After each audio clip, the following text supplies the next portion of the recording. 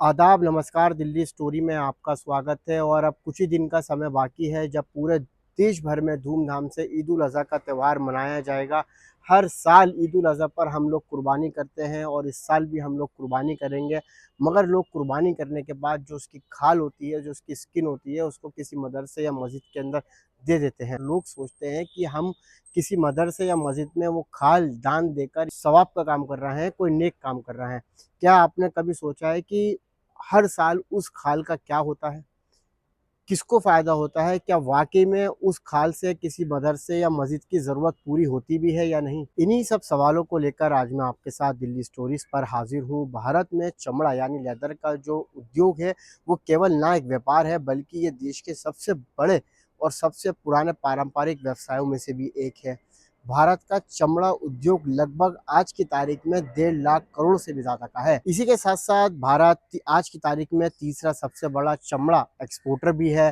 भारत से चमड़े का एक्सपोर्ट मुख्य रूप से Europe, America, German, Italy, France, UK और यूएई में होता है। इसमें कुछ मुख्य प्रोडक्ट्स भी हैं जैसे चमड़े से बने जूते, बेल्ट है, पर्स है, बैग है या लेदर गारमेंट्स हैं। आज की तारीख में अगर मैं बात करूँ तो इसका जो टोटल एक्सपोर्ट है वो 40,000 करोड़ प्रति वर्ष से भी ज़्यादा का है। अब मैं आपको बताता हूँ कि ईद उल अज़हा और चमड़ा उद्योग जो है उसका क्या संबंध है। ईद उल अज़हा पर सिर्फ 3 दिन में ही 100 करोड़ से अधिक खाल इकट्ठी होती है, जबकि उसमें 90% ऐसी खाल है जो बिना किसी दस्तावेज़ के बेची जाती है। आज की तारीख में भारत में ईद उल अज़हा पर लाखों की संख्या में जानवरों की कुर्बानी की जाती है। हर जानवर के साथ उसकी जो खाल होती है वो अलग कर दी जाती है, जिसे अक्सर किसी मस्जिद या मदरसे के अंदर दान कर दिया जाता है।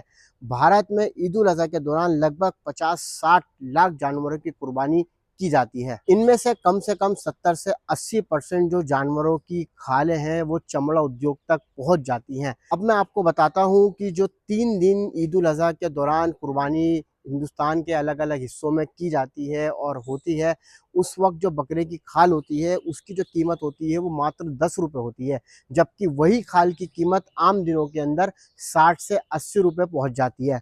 और भैंस की अगर मैं बात करूँ तो भैंस की खाल की जो कीमत होती है वो ईद उल अज़हा के दौरान ₹50 होती है, जबकि वही खाल की कीमत आम दिनों के अंदर 700 से ₹1200 तक पहुँच जाती है।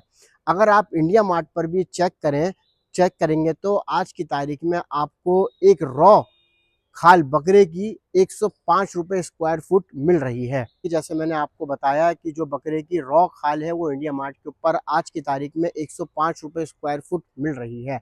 और अगर आप भैंस की खाल की बात करें तो भैंस की खाल आज की तारीख में इंडिया मार्ट पर आपको ₹700 से ₹1200 तक में मिलेगी। और आप खुद सोचिए कि आप ईद उल अज़हा के ऊपर उसको सवाब समझ के मदरसे और मस्जिद को पहुँचा रहे हैं। कहाँ वो खाल आपको आम दिनों के अंदर बकरे की 60 से ₹70 की और भैंस की 700 से ₹1200 तक की मिल रही है। अगर मैं केवल बकरे की खाल की बात करूँ तो एक अनुमान के मुताबिक अगर 50 लाख कुर्बानी हुई है, 50 लाख बकरों को काटा गया है और ₹80 से अगर मैं जोड़ूँ तो उसकी कीमत 40 करोड़ रुपए बैठती है, जो कि एक रॉ मटेरियल की कीमत है।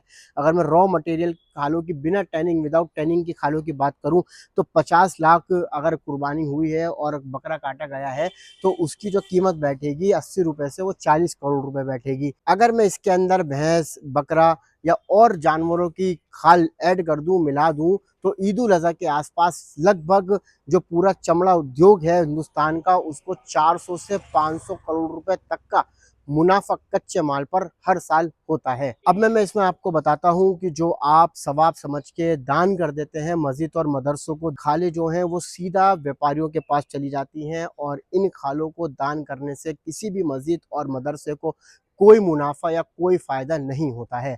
आप खुद सोचिए कि जो बकरा जिसकी कीमत ₹20,000 से लेके 1 लाख 2 लाख रुपए तक है आज की तारीख में, उस बकरे की खाल सिर्फ ₹10 की जा रही है।